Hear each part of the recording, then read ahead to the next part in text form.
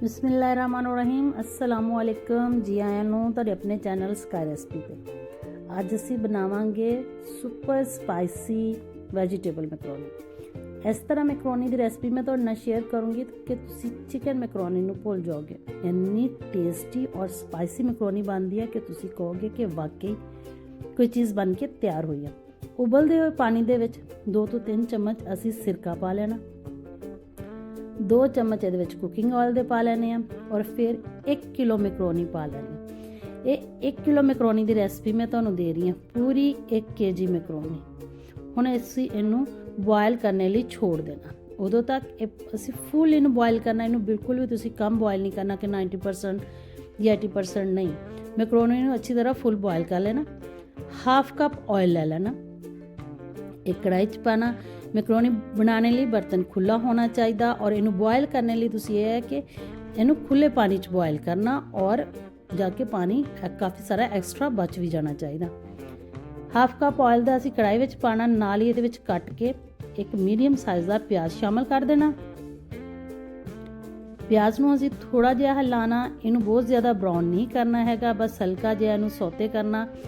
और फिर नाल ही असी इहदे विच पा देने ने लसन अदरक और सब्ज़ मिर्च का पेस्ट बनी हुआ 1 चम्मच भर के और इनू असी थोड़ा जिहा करांगे फ्राई। तुसी देखो प्याज ने भी हल्का जिहा अपना रंग चेंज कर लिया और लसन अदरक की स्मैल भी तकरीबन ख़त्म हो जाएगी। हुण इस टाइम असी इहदे विच पा देनी है वैजीटेबल्स।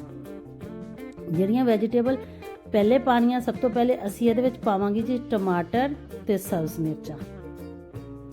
2 टमाटर, 3 ਤੋਂ 4 सब्ज़ मिर्चा चाहो तो तुसी इत्थे इस टाइम वाली सब्ज़ मिर्चा स्किप कर सकते हो अगर ज़्यादा स्पाइसी तुहानूं पसंद नहीं हैगियां तां। और हल्के जे टमाटर नरम करांगे, नाल ही इहदे विच पा दांगे मटर ते गाजरां। आधा कप मटर ते आधा कप ही गाजरां मेरे कोल बारीक क्यूब्स नाल कट्टियां होईयां।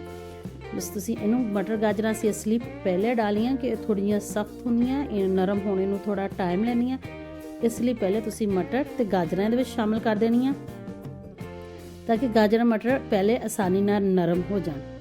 फिर असी भर के पा देनी है स्पाइसी पान लई 1 चम्मच जीरे दा और नाल ही इहदे विच पा देनी 1 बड़ी इलायची, 2 ਤੋਂ 3 स्टिकां छोटियां छोटियां दालचीनी दियां और 3 ਤੋਂ 4 अदद लौंग इहदे विच पा देने ने।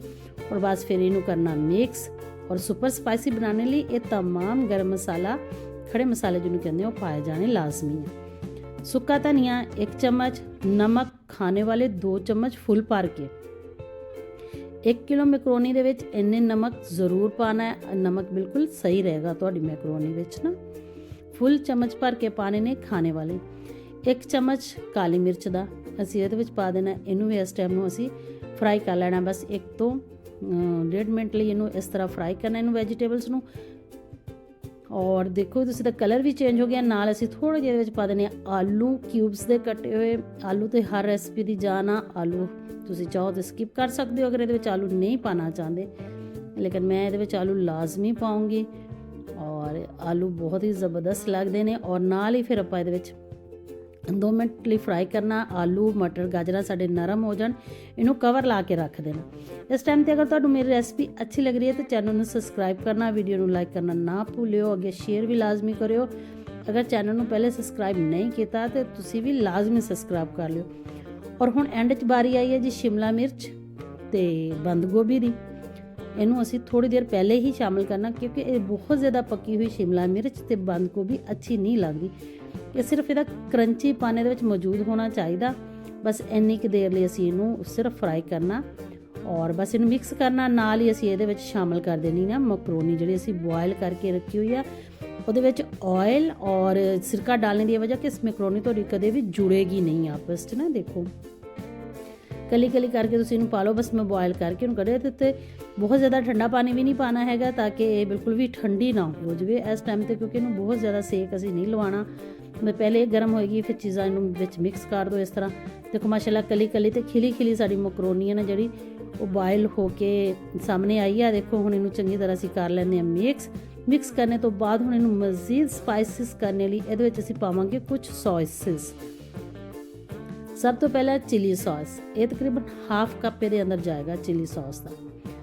ਹਾਫ ਕੱਪ ਇਹਦੇ ਅੰਦਰ ਜਾਏਗਾ, ਜਾਂ ਆ ਜਿਹੜੀ ਵਾਲੀ ਛੋਟੀ ਵਾਲੀ ਬੋਟਲ ਹੈ ਨਾ ਮੈਂ ਤਕਰੀਬਨ ਅੱਧੀ ਇਹਦੇ ਵਿੱਚ ਪਾਤੀ। 1 kg ਮੈਕਰੋਨੀ ਦੇ ਵਿੱਚ ਇਹ ਇੰਨੀ ਹੀ ਪੈਣੀ ਹੈ। ਔਰ ਫਿਰ ਨਾਲ ਹੀ ਅਸੀਂ ਇਹਦੇ ਵਿੱਚ ਪਾ ਦੇਣਾ half cup soya sauce. Half cup soya sauce ਇਹਦੇ ਵਿੱਚ ਪਾ ਦਿਓ। ਅੱਛਾ, ਤੁਸੀਂ ਇਹਦੇ ਵਿੱਚ ਚਾਹੋ ਤੇ ਇਸ ਟਾਈਮ ਸਿਰਕਾ ਪਾ ਸਕਦੇ ਹੋ, ਅਗਰ ਤੁਹਾਡੇ ਕੋਲ ਲੀਮੂ ਨਹੀਂ ਹੈਗੇ। ਅਗਰ ਤੁਹਾਡੇ ਕੋਲ ਫਰੈਸ਼ ਲੀਮੂ ਆ ਤਾਂ ਤੁਸੀਂ ਇਹਦੇ ਵਿੱਚ ਲੀਮੂ ਸ਼ਾਮਿਲ ਕਰ ਦਿਓ, ਨਹੀਂ ਤੇ ਤੁਸੀਂ ਇਹਦੇ ਵਿੱਚ ਸਿਰਕੇ ਦੇ ਵੀ 2 ਤੋਂ 3 ਚਮਚ ਐਡ ਕਰ ਸਕਦੇ ਹੋ। ਬਸ ਹੁਣ ਇਹਨੂੰ ਮਿਕਸ ਕਰੋ। ਅੱਛੀ ਤਰ੍ਹਾਂ ਮਿਕਸ ਕਰਨੇ ਤੋਂ ਬਾਅਦ ਇਹਨੂੰ ਤੁਸੀਂ ਤਕਰੀਬਨ 2 ਤੋਂ 4 ਮਿੰਟ ਲਈ ਦਮ ਤੇ ਰੱਖਣਾ। ਔਰ ਜੀ ਸਾਡੀ ਸੁਪਰ ਸਪਾਈਸੀ ਮੈਕਰੋਨੀ ਬਣ ਕੇ ਤਿਆਰ ਹੋ ਗਈ ਹੈ। ਔਰ ਉਮੀਦ ਹੈ ਕਿ ਤੁਹਾਨੂੰ ਇਹ ਰੈਸਪੀ ਅੱਛੀ ਲੱਗੀ ਹੋਗੀ। ਹੁਣ ਅਸੀਂ ਇਹਨੂੰ 2 ਮਿੰਟ ਲਈ ਦਮ ਤੇ ਰੱਖਦੇ ਹਾਂ। ਇਹ ਦੇਖੋ ਮਾਸ਼ਾਅੱਲਾ ਦਮ ਤੋਂ ਬਾਅਦ ਸਾਡੀ ਮੈਕਰੋਨੀ ਬਣ ਕੇ ਤਿਆਰ ਹੋ ਗਈ ਆ। ਹੁਣ ਅਸੀਂ ਇਹਨੂੰ ਸਰਵ ਕਰਨਾ। ਮਾਸ਼ਾਅੱਲਾ ਬਹੁਤ ਮਜ਼ੇ ਦੀ ਟੇਸਟੀ ਤੁਸੀਂ ਵੈਜੀਟੇਬਲ ਮੈਕਰੋਨੀ, ਜਦੋਂ ਸੁਪਰ ਸਪਾਈਸੀ ਵੈਜੀਟੇਬਲ ਮੈਕਰੋਨੀ ਜਦੋਂ ਖਾਓਗੇ ਨਾ ਫਿਰ ਤੁਸੀਂ ਚਿਕਨ ਮੈਕਰੋਨੀ ਨੂੰ ਭੁੱਲ ਜਾਓਗੇ। ਹੁਣ ਆਪਾਂ ਇਹਨੂੰ ਸਰਵ ਕਰ ਲੈਂਦੇ ਹਾਂ। ਉਮੀਦ ਹੈ ਕਿ ਤੁਹਾਨੂੰ ਰੈਸਪੀ ਅੱਛੀ ਲੱਗੀ ਹੋਗੀ। ਆਪਣੇ ਕਮੈਂਟ 'ਚ ਜ਼ਰੂਰ ਦੱਸਿਓ ਕਿ ਤੁਹਾਨੂੰ ਰੈਸਪੀ ਕਿਸ ਤਰ੍ਹਾਂ ਦੀ ਲੱਗੀ ਹੈ। ਇਸੇ ਤਰ੍ਹਾਂ ਤੁਸੀਂ ਆਪਣਾ ਰੱਖੋ ਖਿਆਲ। ਮੈਨੂੰ ਦਿਓ ਇਜਾਜ਼ਤ। ਅੱਲਾ ਸੋਨੇ ਦੇ ਹਵਾਲੇ। ਤੇ ਵੀਡੀਓ ਨੂੰ ਫੁੱਲ ਵਾਚ ਕਰਕੇ ਜ਼ਰੂਰ ਜਾਇਓ।